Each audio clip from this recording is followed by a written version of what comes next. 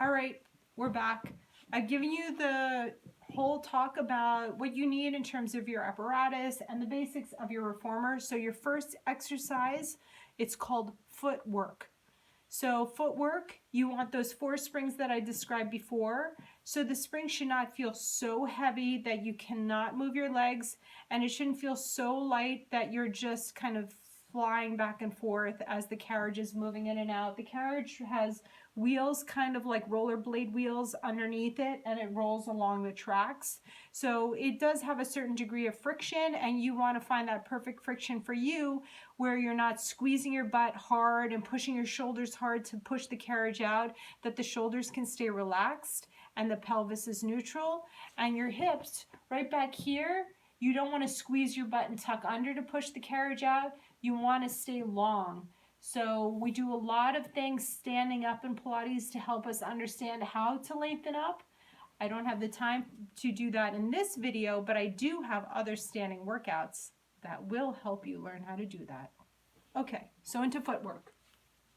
You're going to walk over to your reformer and get nice and close so you can sit down onto it. You want to sit as close towards the springs as possible. Here's your headrest. These are your shoulder blocks. So that when you lay down, it's in one sweeping motion. You're going to lay down on your back and set your feet up onto the foot bar. So the position of your feet, if your feet were nice and wide, you would slide your feet closer together so that your feet are at least 1 fist width apart. Your heels are high and lifted, and then you extend your arms long by your side so that they're on the carriage of the reformer and they're not touching the side frame. So press all the way out and bend back in. We ideally do the toes 10 times, and you want to make sure you're not tucking like I said before. The pelvis is neutral, so you don't change anything with the torso. You don't change anything with the pelvis, and the abdominals are nice and long and flat. After you do 10 of those, the position for footwork changes. You want to change with no tension on the springs and go on your arches with your feet wrapping over the foot bar. Arms are turned long. Don't squeeze your butt. Remember that. Pull your stomach in like you have a tight belt around your waist, and you're doing 10 on your arches. Right on the very middle of your foot, there's kind of a notch there that you want to settle your feet into it. If you can get those heels pressing together and the glutes together without going into a posterior pelvic tilt and tucking your tail, that would be great. After 10, I'm not counting, I'm just showing you what to do. Then you're going to put your heels on the bar, flex all 10 toes back, look at your feet, and make sure that you can see all your toes spread out, and then do 10 of those. It's not about speed. It's not about heaviness of the springs. It's about lengthening your spine, whether you straighten or bend, against the resistance of the springs in 2 directions. After 10, come back in, return back to the ball of the feet where you started, extend your legs out straight, and then flex, stretching your calves, point, lifting the heels, flex, and point. 8 more, down and up. Full range of motion if you can, especially if you have a lot of workouts that require ankle flexibility and mobility. Let's say you run a lot. Certainly when you're swimming, you need to have a long leg with a strong point of the foot, and this will help increase the strength in your ankles to work plantar flexion and extension. After 10, you stop with your heels lifted, bend your knees, and come all the way in. All right, so just to review, for your footwork, I'm going to move the camera a little bit. I think it was off center just slightly. Here we go. So to review, once you lay down, footwork has 4 positions. Toes, Pilates stance is your V position. Arches, right in the notch of your foot, 50-50. Toes are over, heels are under the bar. Heels, flex your foot, your heels are on the bar. And then back to your toes to flex and point, stretching your calves and working your ankle strength. All are done 10 times each. The next exercise is the 100. So you want to make sure your foot bar is down. However you need to do that, go ahead. And then you're laying down. You can do your transition from footwork without getting up by using your feet. It's a little bit more advanced. But instead of that, you're going to grab a hold of the handles, bend your knees to tabletop, keep your heels together, lift your head up like you're about to do a sit-up, and stretch your arms forward. So it's going to be hard to keep your arms stretching forward and curling up off the shoulder blocks, but you want to lift your arms and lower your arms in space. Lift and lower your arms and breathe. Inhale, 2, 3, 4, 5. Exhale, 2, 3, 4, 5. Inhale, 2, 3, 4, 5. If you notice, the carriage is not sliding back and forward. And to the best that I can, I'm trying to keep my head steady. If it's available to you for a more advanced position, your legs go up straighter and they would squeeze together if you could. You just don't want your tailbone to lift or your sacrum to lift off the mat. Inhale, 2, 3, 4, 5. Exhale, 2, 3, 4, 5. Inhale, 2, 3, 4, 5. Exhale, 2, 3, 4, 5. To finish, bend your knees, bend your elbows, rest your head, and hang those handles up on whatever pegs you have. So that was called the 100. It's 5 times inhale, 5 times exhale. That's 1 repetition. While you're pumping your arms up and down, you do that 10 times. So 10 times 10 equals 100. Thus it's called the 100. So the next exercise is called circles, and then we do frogs. You want 2 springs only. If you didn't have that second extension loop here attached to your arms handle, so like I said, some have a double where you can hold with your hand, and they also have a second loop for your feet. If you don't happen to have that, what you want to do is take one of these black straps, hold on to it, and then you're going to take your wood handle that you just had for the 100, the leather strap it's attached to, put them at the same height. Then you're going to take this other strap and weave it through both. It's called an extension strap. Make sure it's not twisted at all. It's very flat, and clip it together. And so from the wheel at the back of your reformer, you want your leather strap or your rope to be very, very flat. And you want the eye hook, the C-clip for your extension strap, to be facing towards the outside of the frame, not inside. So make sure nothing's twisted. And then we do the same thing to the other side. You want to get the leather next to the wood handles so that you can even put your hand through it so you know that it's right. Grab your other extension strap, weave it through, make sure it's not twisted at all, clip it up, check from the wheel all the way up the leather or your rope to the extension strap. It's hooked up right, and that the C-clip is facing out. Is it a C-clip, a D-clip? I forgot. Okay, so once they're hung up, you're good to go. Now, listen, if you've got something other than this, and you feel like you are watching my video, you just send me a message. Once you subscribe to YouTube, put it right there in the comments, and I'll be able to respond to you. You can also reach me any number of ways, but it's very easy while you're watching the video to be able to ask a question right there and then. So these straps here that are for your feet would just hang on the pegs. You want to make sure your foot bar is down and only 2 springs, okay? We don't want to have any tension in the neck or shoulders. So from here, you're going to lay down again. So I slide down as far as I can on the carriage. Your head goes down. You want to make sure you're centered on the mat. Fold your knees into your chest and reach back so you can grab the straps way up with straight arms in the air. So take one hand and hold the straps in the middle. With your other hand, you're going to make an opening. This is for my right foot. So then I take the free hand, I slide it inside, I hold both together, and then I make an opening for my left foot. So obviously something like this, getting it right, does take a little time to practice it, but that's the most ideal way to keep your feet together and legs together to start it. Then your arms go down by your sides, you shoot your legs out straight. Now you want to imagine that you're in the V position that you had starting with your footwork just a moment ago. And in that position with your hips weighted back, so don't tuck your tail, keep your tush back, lift your legs up, open your legs apart, lower your legs and close them together. So initially it might seem more like you're doing a box, and then eventually you'll do a circle and shave off the edges.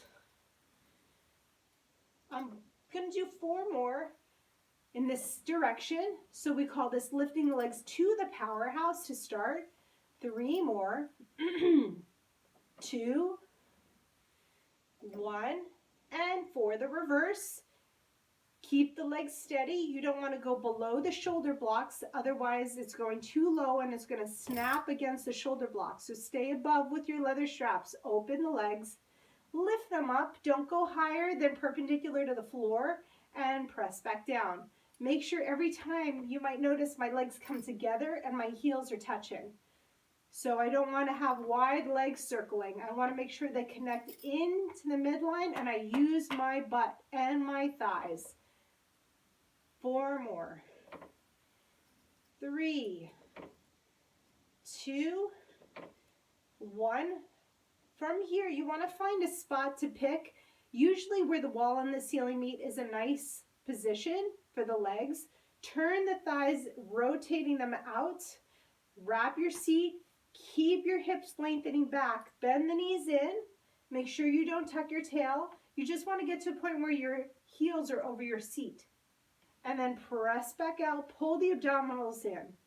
Bend the knees and zip all the way up, even through the crown of your head. Bend the knees and stretch the legs out. So although the legs have been moving through these 2 exercises, the focus should be hip to hip, shoulder to shoulder, that everything is quiet and staying still so that you're moving your lower body from a stable source. We call the stable source that we're working from the powerhouse. And on your last one, bend the knees in, grab anything that could hit your face and slide your feet away. Keeping your knees bent, close the carriage and gently lower the straps overhead and come on off of there. So we went from laying down to do our footwork, laying down more to do our 100, laying down to do our circles and frogs. So now we're going to sit up. You want to grab that sticky pad I was talking about. So I know it's no fun to see the back of me, but like I said, it helps you see all the stuff that's behind the scenes. So with this sticky pad, you're going to bring it right to the front of your carriage in the long direction. And it's very easy. If you can't do this on 4 springs because it pulls your pants off or you're tight in your hamstrings and your lower back, you can do it on less springs, 1, 2, or 3. You might also have an option for a lower bar. Mine has a slightly lower bar by about 1 inch or 2. But I'm going to go with the higher bar. You want to sit at least 1 palm's width back from the front edge of your mat, okay? So you're going to step your feet forward onto the wood frame. You want to move your hips so you're on the back of your seat. So you don't want to sit up super tall. So maybe you'll see that from the back. I'm rounding back. You're going to reach your hands to the front of the carriage, and 1 foot at a time is going to step up into that V position. And you can see from behind me how wide my knees are. Now press the carriage out, stay on the back of your seat, and then draw the carriage in. Press it out, pull it in. The whole time you do this, you want to imagine a very tight belt around your waist. So you can do this one 5 to 10 times. The second position, if you are on 4 springs, you take off 1 spring. This way you're down to 3 springs. And you reach your hands back to your shoulder blocks. Your thumbs are with your fingers. You draw your shoulders together. And then even though you're sitting up tall, you still want to stay tucked under with your lower body.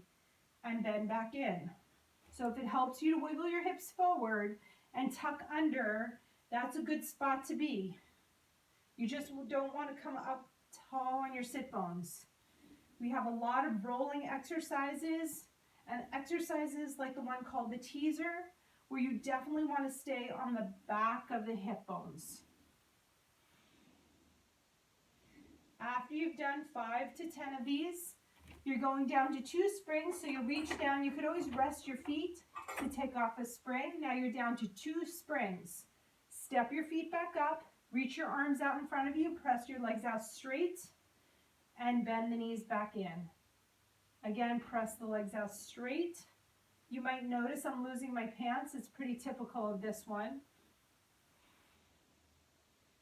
2 more. Last one. Relax your arms, and then you'll step off to the side. All right, our next exercise after stomach massage, doing the toes on the foot bar in Pilates stance, holding to the front, straightening and bending, 4 springs ideally. Second position, stay with your feet the same. 3 springs, your hands reaching back. Third position, no hands, 2 springs, reaching your arms straight forward and straightening and bending. 5 to 8 for each, just to get a general sense of it. Then you take that sticky pad, you set it off to the side. You want to make sure now the foot bar is down completely. 2 outside springs. The headpiece is down so that we can go into the short box series. So this is our sitting box. It goes in a multitude of ways, but for this purpose, you're going to set it up. So these are your shoulder blocks. I know everything's black and a little hard to see, but my hand is right in front of it and behind it. It's where your shoulders were resting, and these are called the pegs. The headrest goes down, and you put the box between the shoulder blocks and the pegs so that it can't move forward or back. If you want to sit on your sticky pad, you're welcome to put your sticky pad up on top of your sitting box to make sure that you don't feel like you're going to slide forward. And then you have your wood bar. You're not going to use it right away. You're going to stash it in front of the box. I know you can't see it so well from that side, but when I grab it, you're going to know that I've grabbed it. So there's one very important part of your work on your short box is how strong you flex your feet and hold on to your safety strap. So I'm going to remove this just for a second so you can see that down here there's a strap right here at the bottom. This is why it's really important to be able to have a strong flex. It's called plantar flexion. You really want to be able to keep that strong flex because otherwise it can be very dangerous when you lean back. So if you're nervous at all about that, any exercise, you can always leave it out or make it very small range of motion or just practice sitting on the box with your feet under the strap until you have a comfort level. So you want to sit right at the middle and you want to have both feet underneath the strap. All right, I know you can't see my feet, but you can see my back. So the same thing that we did for your stomach massage just a second ago, you want to sit on the back of your sit bones. I'm going to hug myself where you might see my hands on the opposite side of my body, and you roll back a little and you round up. So nothing is a big range of motion to start with because we want to find these proper positions before we take it into a larger range of motion. You could also try to hold on with the other hand over. I'm trying to maintain the C curve of my spine so that I don't have a flat back and I'm not sitting up tall, not yet. So that's about 10 times you want to do your round back. Then you're going to take your hands, move yourself back. So now I am definitely sitting up tall. I press the back of my thighs into the edge of the box and flex my feet back strong. You can't see my feet from that position, but I can tell you right now, my feet are my safety strap. And then the arms reach up to the ceiling, shoulder width, and then I do a slight hinge back with a flat back and come back up. Ears stay right next to the arms and biceps, and the biceps stay right next to the ears and the arms. If you feel that's difficult, you can always keep your arms out in front of you to lean back and come up. And as you become more comfortable with this exercise, your arms will go a little higher. And make sure that your stomach doesn't pop out and it's not a back bend, it's a flat back hinge. Then you go for a stretch. It's called rowing. You reach the bar down to your ankles, shave up the front of your legs, roll up to seated, and extend your arms back up to the ceiling. Do that 2 more times. And extend back up. Last one. When you reach up, it's a side bend to the right. It's very small so that you can feel a lift from underneath your seat. Center grow taller. A side bend to the left. Center up. Side bend to the right. Center up. So you're just getting used to sitting tall. This takes a lot of work. Twist to the right and center. Twist to the left. Again, if your arms are in front of you, it's okay, but you slowly want to work on getting your arms back by your ears. So you need to allow your shoulders to just relax down the back and build a little bit more strength in the upper back to hold your arms in that position. So the bar is going to stash in front of the box, under your legs. One of my feet, my low foot, is now no longer in this strap. So from here, you can hug the knee into your chest and rock back. You want to get to your lower back. You don't want to be sitting on your sit bones and come up. So this is a modification that one of the first generation teachers taught. For a little bit extra, you would have the legs straight and rock back, and straight to come up, straight to go back, and all the time you're trying to maintain that sense that you're not sitting up on your sit bones except for the hinge. The flat back hinge was our only exception to that rule. After this last one, you're going to switch sides. If you cannot grab your foot, let me show you what you can do. You can take that extension strap you had earlier, clip it, put it around your foot, straighten your leg, and you're hanging from that strap. So both feet are active.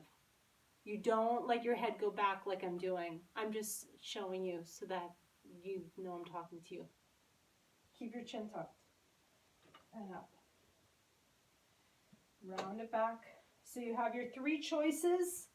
Bent knee to rock back, straight leg holding onto it to rock back, or using some kind of a strap as a prop to give you a little extra room to do your stretch.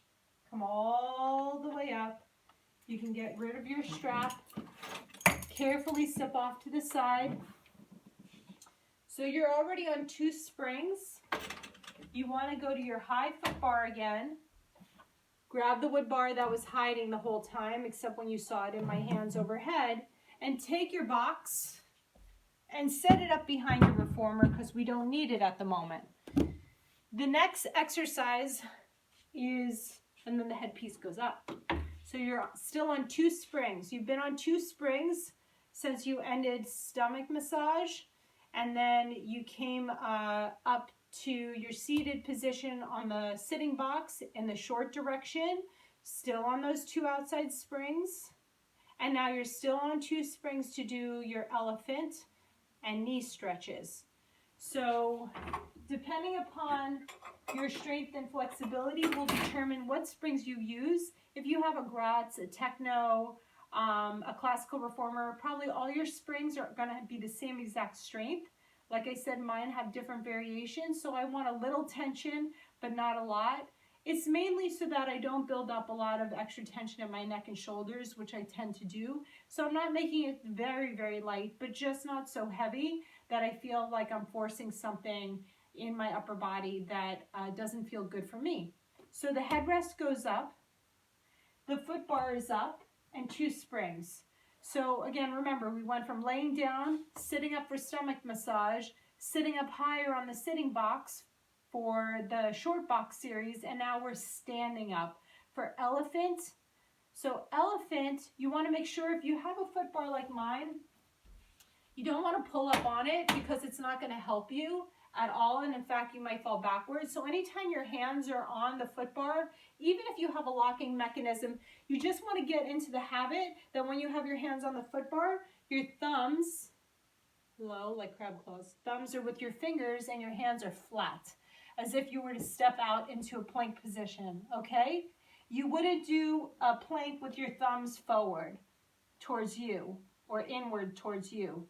That would feel terrible if you did push-ups and planks like that. So do the same thing with your hands that you do when you have a regular push-up or plank on the floor in your other fitness activities. So with my hands, you'll see flat, the thumbs reach forward. So don't grab the bar, all right?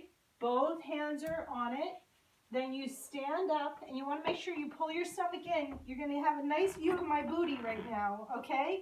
But the point is, to the best that I can, even with the little scoliosis I have and the Lyme, I try to keep my hips even, all right? So both hands are reaching, and if you notice, I'm not sinking into my upper back. You want to lift your upper back and pull your ribs in, flex your feet, and push the carriage out a little. Pull your stomach in and pull the carriage in slowly. 3, 2, 1. Press down on 1. I don't change my upper body. And then pull the stomach and ribs up as you pull the carriage in. 3, 2, 1. So it's a very deep C curve up towards the ceiling with straight arms and legs. Pull it in for 3, 2, 1. It's up to you. About 5 to 8 of these to start. Maybe you want to do a little extra. If you're doing them right, I know it looks like nothing, but it gets to be a lot of work in the abdominals. And you can even hear I get slightly out of breath doing it. So it's important when you're doing these exercises, they look really easy, they're small range of motion, but you only create the intensification of the exercise by going deeper into not only how deep you concentrate, but how you key in and connect to your muscles. So as an athlete, it's very easy for us to key in and connect to the muscles we need for the specific sport we do. When we change over and cross-train, we need to find the way to key into those new muscle groups. So if you've never done Pilates before, you're going to need to think about that as you start your Pilates practice.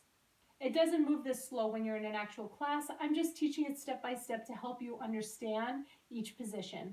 So we went from standing with the arms and legs straight for elephant into a kneeling position for knee stretches. So we have 3 positions. Round with the back. So I'm going to go sideways just so you can see it. Round with the back for the first position. Open the chest for the second position with the lower body still staying secure. So you don't want to arch. You just want to find a flat back position. And then the third position, you go round again and the knees come up. Okay? So I'm doing 10 of each. Round back with the knees down. Open the chest, we call it flat back, 10 times, knees down, and then back to my round back, knees up 10 times, for a total of 30, okay? The knees off is obviously the most challenging, and you want to work up to being able to sustain your position.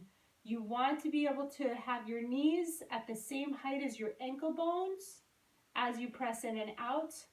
We'll see if my butt lifts and lowers as I'm doing this. What you want is to see that my hips, essentially what you're looking at is the top of my hips, the back of my pelvis is even, doesn't move. That's one of the goals, while you keep lifting your abdominals. All right, so from here, my feet are pressed against the shoulder blocks, my toes are tucked forward as if I'm a sprinter off the blocks. Remember, I said the round back position is first, straight arms and legs. Your hands are just like you're doing a plank again, and you go 10 times. You'll notice my upper body does not move. Rhythm saves you on this one.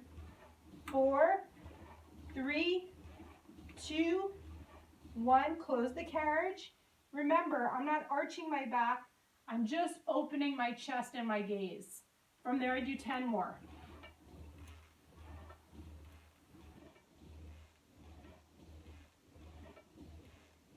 4 more. 3, 2, 1. All right, here you go. You go back to your round back position. Nice strong arms, you guys. From here, it's a lift from your abdominals. Nice and strong. Once the knees are up, you've got to move. Knees come up a little, press out and in 10, 9, 8, 7, 6, 5, 4, 3, 2, 1. All right. 10, 10, 10. Round back, flat back, round back, knees off. And I'm telling you, your knees are just ankle bone height. So your shins should be parallel to the floor, and you're pressing in and out the full length of your shin, from your knee to your ankle bone. Out a shin length, in a shin length. Flow through it. Don't let it stop. All right. There's 2 more exercises. The next one, you want 4 springs. It's called Pelvic Lift. It's setting you up for a lot of overhead exercises and standing up exercises where we stand and do standing arm springs. We stand on the reformer. We do standing stuff around pieces of apparatus like the Wunda chair, the ladder barrel. We stand up on the Cadillac. So we want to make sure that we take these positions laying down, and then we develop our muscles so that the muscle memory helps us when we stand up, that it feels that way. All right. So laying all the way down, just like you started, with your shoulders against the shoulder blocks. Your feet are going to go really wide this time. I'm on 4 springs, but again, you can lighten your spring setting up. You want to lift your hips up 1 palm's width. So literally from your thumb to your pinky finger side of your hand, that's a palm's width. That's how high you want to stay. You don't want to go up higher or down lower. Extend your arms and you press all the way out. Once you press out, it's nice to feel like the shoulder blocks are stretching your neck out longer. And then bend and come in. The legs are turned out, rotating from the thigh bones to 45, meaning 45-degree diagonal to the left and to the right. If you're not sure of your angles, Google is a great friend. So if 90 is straight up, 45 is halfway down to the floor on the left and right side. So we do 10 of those. I'm just going to do a few to help you see what to do. It's not a pumping action. We do 10 total.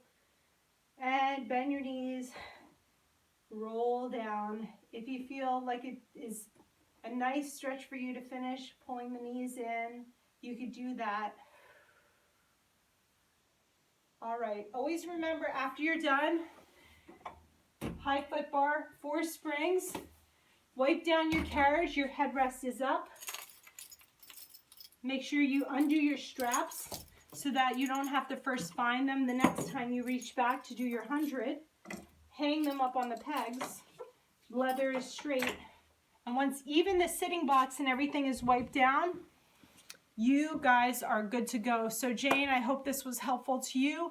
I'm going to put it together as a 2-part series. First is describing the apparatus, and second is doing the exercises. I know there were certain things that you weren't able to see in terms of what was happening in front of me, but we can finesse those things. Pardon me, we can finesse those things over time. So this was just your introduction to the reformer. Always remember when you're doing Pilates, Pilates is not about one piece of apparatus.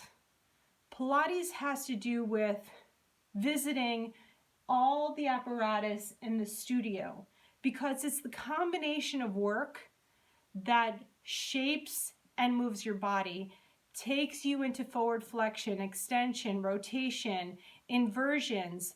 The more that we move the body in a multitude of ways, the healthier our spine and body is. We don't want to do one single repetitive thing. So you might notice that we're always changing position and changing position and changing position. It's very typical in a Pilates workout, but you'll notice that a lot of exercises are connected. So one thing connects into the next thing, into the next thing. So it's like you're constantly doing preps, and then you're doing something really hard. And then you go back to doing some preps, and then you put them together and you're doing something else hard. The reformer is super supportive. It tells you where your head, your shoulders, your hips, and your feet go in space. But I do recommend trying to work on the mat and learn some of your mat workouts, and trying to do your exercises standing. That I have the standing exercises either with a magic circle, with or without weights. So getting you upright standing, using magic circle weights, and then doing your mat work and taking that information of your muscle memory to the reformer and then returning back to those other things while we're here in quarantine, and this might be all you have, then this is where we go. Some people only have a one-to chair, and then we do the same thing in terms of the one-to chair. This one's for the reformer. So if you have any specific questions, because your reformer doesn't look anything like this and doesn't have these attachments, these connections, to you it looks like apples and oranges, please feel free to contact me and I'm happy to answer any of your questions, get on a FaceTime or Zoom call with you and look over your apparatus and help you adjust it for your height, help you adjust it for the strength, look at the position of the body to make sure that you're doing it correctly. You could always videotape yourself and shoot me that video. Send it to Jordana@rockpilates.net, Jordana @ROCPilates, Pilates.net. Make sure you put in your subject line something about what you're sending me so I have an idea of what I'm looking at, and then I'm happy to help you guys. All right, Jane and everybody, I hope this was helpful for you to get you started. Normally, in the real world, without this coronavirus, your teacher would be working directly with you for safety to make sure that everything's okay. We're not living in that world currently. We don't have that situation. So when you're by yourself, if you're unsure of something, you're not feeling stable, please just simply don't do it, or find somebody in your family and I will talk to both of you to teach somebody how to spot you properly during your exercises. This is not a problem at all, as long as both of you are intent upon learning this and one person can spot safely the other person. You can have anybody in your house. If you happen to live alone, again, if you're not feeling this is safe for you, you please need to not do it and stay with the things that feel safe for you. Lighter springs, not standing up on the reformer, work your mat work, work some of your standing work, use the wall for support or chairs for support. All right, you guys, I love all of you. I hope you're all enjoying some Pilates in your life, at least a little bit. It's a great workout on any level when we're stuck at home. Again, we're here for you. I'm here for you. And again, take care and thanks.